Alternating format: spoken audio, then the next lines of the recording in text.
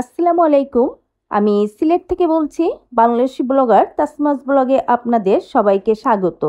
এই মুহূর্তে যে যেখান থেকে দেখছেন, কাছে, দূরে, দেশে, প্রবাসে, আশা করছি সবাই আল্লাহর রহমতে সুস্থ এবং নিরাপদে আছেন। শুভ একটা ফুলের তোড়া নিয়ে বসে আছে। এখন ও গাড়ির থেকে নেমে ফুলের তোড়াটা যথাস্থানে রেখে চলে আসতেছে। এখন অবশ্য কেউ ফুলের তোড়া বলে না, বলে বুকে। কিন্তু আমরা যেটা বলে অভ্যস্ত, আমরা কিন্তু সেটাই বলি। আজ সন্ধ্যায় শ্রীমঙ্গলে এসেছি। মাগরিবের নামাজ পড়ার পর জাহাঙ্গীর বলল, চলো গ্র্যান্ড সুলতান থেকে একটু ঘুরে আসি। ওর এক সিনিয়র স্যার এসেছেন, ওনাকে ওয়েলকাম জানানোর জন্যই আসা। সাথে আমি আর সাফাও চলে এলাম। চারিদিকটা একটু নিলিবিলি। অবশ্য আমরা যতবারই এসেছি বেশিরভাগ টাইমেই আমরা নিলিবিলি পেয়েছি।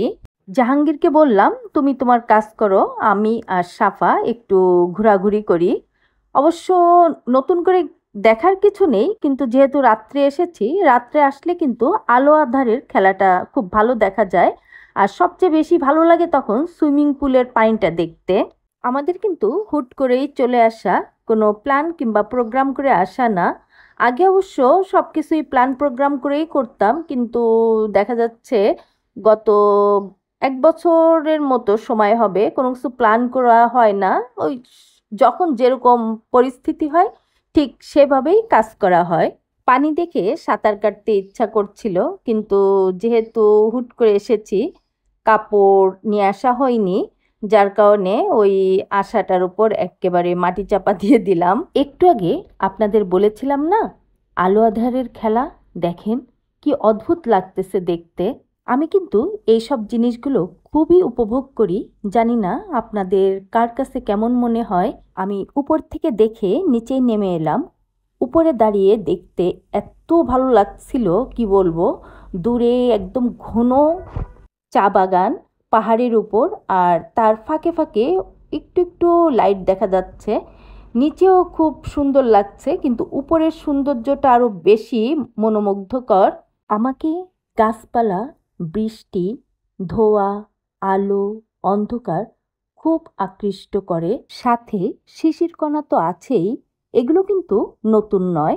আমি যখন স্কুলে পড়ালেখা করেছি তখন থেকেই আমি এগুলোর প্রতি আকৃষ্ট। জাহাঙ্গীরের কাজ শেষ, ও আমাদের সবাইকে হালকা নাস্তা করার জন্য বলছিল। প্রথমে রাজি হইনি, কারণ আমরা কিন্তু এখান থেকে সেলিম ভাইয়ের বাসায় দাওয়াত খেতে যাব, এই জন্য রাজি হইনি। পরে অবশ্য দেখলাম যে না, যাই। এখন এই উপরে যাচ্ছি ওদের রেস্টুরেন্টে, ওখান থেকে কিছু হালকা নাস্তা টাস্তা করব। আপনারা ভিডিওতে খেয়াল করলে দেখবেন যে জাহাঙ্গীর কিন্তু প্রায় ম্যাক্সিমাম টাইমই মোবাইলে থাকে, একটা না দুটো। অবশ্য ওদের কাজটাই এমন, মোবাইল ছাড়া আসলে ওদের কোনো কিছু কল্পনাও করা যায় না। আমি যতবার গ্র্যান্ড সুলতানে এসেছি এই ফুলগুলোকে আমি খুঁটিয়ে খুঁটিয়ে দেখেছি। এটা আহামরি কিছু না, কিন্তু কেন জানি আমার কাছে খুবই ভালো লাগে দেখতে এই ফুলটা।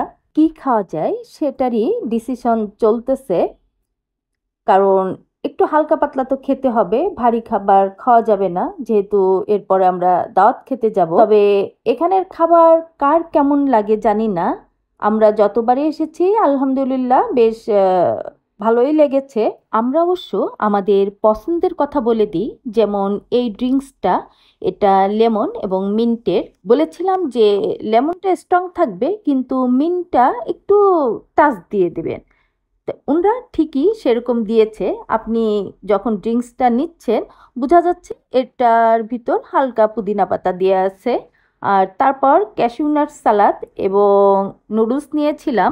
যেমন ক্যাশিউ নাট সালাদের কথা বলেছিলাম যে এটায় কোনো গ্রেভি ভাব থাকবে না এবং এটা যেন ক্রাঞ্চি ভাব থাকে, ওনারা ঠিক সেভাবেই করে দিয়েছেন এবং এটা অনেক মজার ছিল।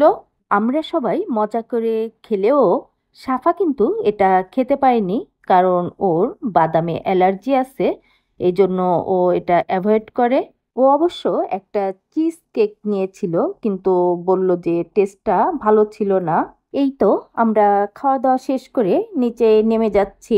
আমরা আসার আগে বেশ ভালো বৃষ্টি হয়েছিল, এখন অবশ্য নেই। কিন্তু মনে হচ্ছে যে 2-1 মিনিটের ভিতর আবারও ছিটেফোঁটা বৃষ্টি আরম্ভ হবে। এই রেস্টুরেন্টটা ছোট একটা টিলার উপর, কিন্তু বেশ ভালো দেখতে। চারপাশে একেবারে ঘন জঙ্গল, আর আপনি তার উপরে বসে নাস্তা করছেন কিংবা খাওয়া দাওয়া করছেন। আমরা এখন সেলিম ভাইয়ের বাসায় যাব। গ্র্যান্ড সুলতান থেকে একটু পরেই বের হয়ে যাব। শুরুর থেকে এখন পর্যন্ত আমি ইউটিউবে খুবই ইনঅ্যাক্টিভ। আমার আসলে মানে ভিডিও কন্টেন্ট থাকে, কিন্তু এডিট করা, ভয়েস ওভার দেওয়া, এগুলো আমার কাছে খুব প্যারা মনে হয়। যার কারণে দেখা যাচ্ছে কি যে সপ্তাহে একটা কিংবা দুটো এরকম ভিডিও আপলোড দেওয়া হয়, এর বেশি না। যার কারণে চ্যানেল ডাউনে থাকে এবং ভিউ কম হয়।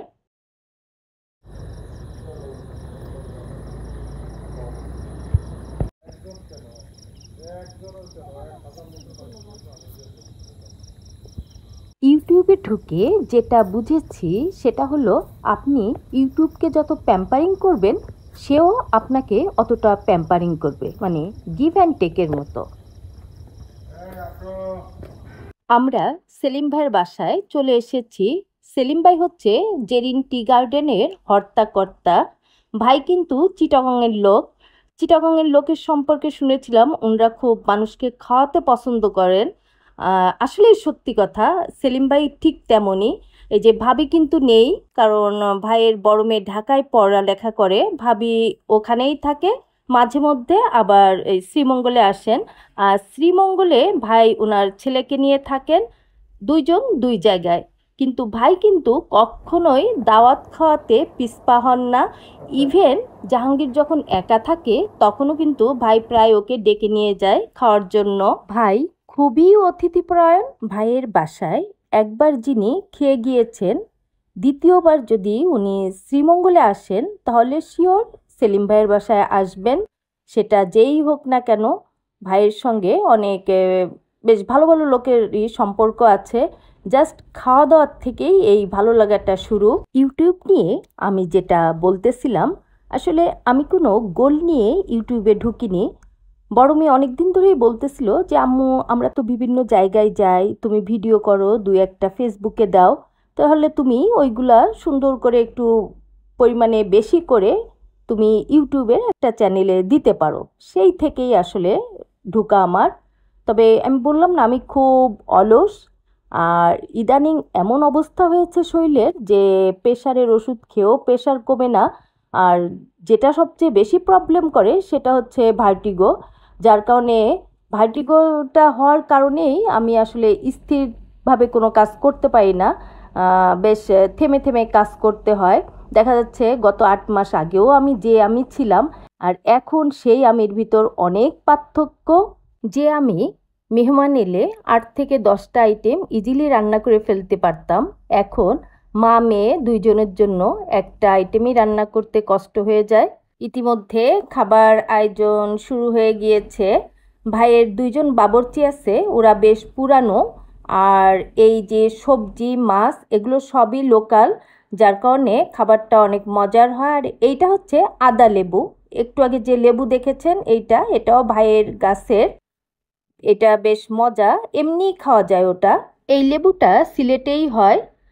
ভাইয়ের সঙ্গে জাহাঙ্গীরের পরিচয় 9 থেকে, আর আমার পরিচয় হয়েছে 11 থেকে। আজ অবধি ভাইয়ের বাসায় যাতায়াত আছে, ভাবিও অমায়িক, কিন্তু আজ ভাবি বাসায় নেই। আমি একবারেই সব কিছু নিয়ে নিয়েছি প্লেটে। পাতাকপি ভাজিটা অনেক মজার হয়েছিল, সেই সঙ্গে আলু ভর্তাটাও, আর সাথে এই যে আদা লেবু। আমরা খাওয়া দাওয়া শেষ করে গল্প করতেছিলাম আর মিষ্টি খাচ্ছিলাম। আমাদের খাওয়া দাওয়া শেষ, গল্পও শেষ। এখন বাসায় চলে যাব। আগামীকাল সকালে নাস্তা করেই সিলেটে চলে যাব। ভাইয়ের ছেলেটা অনেক লক্ষ্মী। ও আম্মুকে ছাড়া থাকলেও ওর আব্বুকে কিন্তু একটুও ডিস্টার্ব করে না।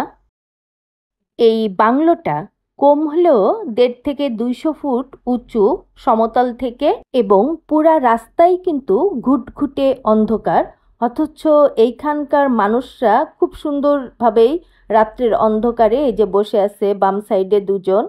ভিডিওর এই অংশটুকু পরের দিনে বাসায় চলে আসার পর এই যে আমি আদা লেবু নিয়ে এসেছি। এটা স্কিনটা হচ্ছে কীরকম একটু ঘামাচি ঘামাচির মতো দেখতে। আর এটা যখন আপনি কাটার পর গালে দিবেন এবং দুই দাঁতের মাঝখানে যখন পড়বে তখন কীরকম একটু দানা দানা বাঁধে এবং খুব সুন্দর টেস্ট একটা। সিলেটে অনেক ধরনের লেবু পাওয়া যায়, তার ভিতর জারা লেবু আছে একটা, ওটার ওজন এক একটার 1-1.5 কেজি হয় এবং ওটা স্কিন সহ খায়। আর এই আদা লেবুটাও স্কিন সহ খেতে হয়। আমার লাইফে এই প্রথম আমি আদা লেবু খেলাম। এতক্ষণ আপনারা যারা আমার সঙ্গে ছিলেন আপনাদের অসংখ্য ধন্যবাদ। আপনাদের সবার সুস্বাস্থ্য কামনা করছি এবং আগামী ভিডিও দেখার আমন্ত্রণ জানিয়ে আজ এখানেই বিদায় নিচ্ছি। আপনারা সবাই ভালো থাকুন, সুস্থ থাকুন এই কামনায়। আল্লাহ হাফেজ।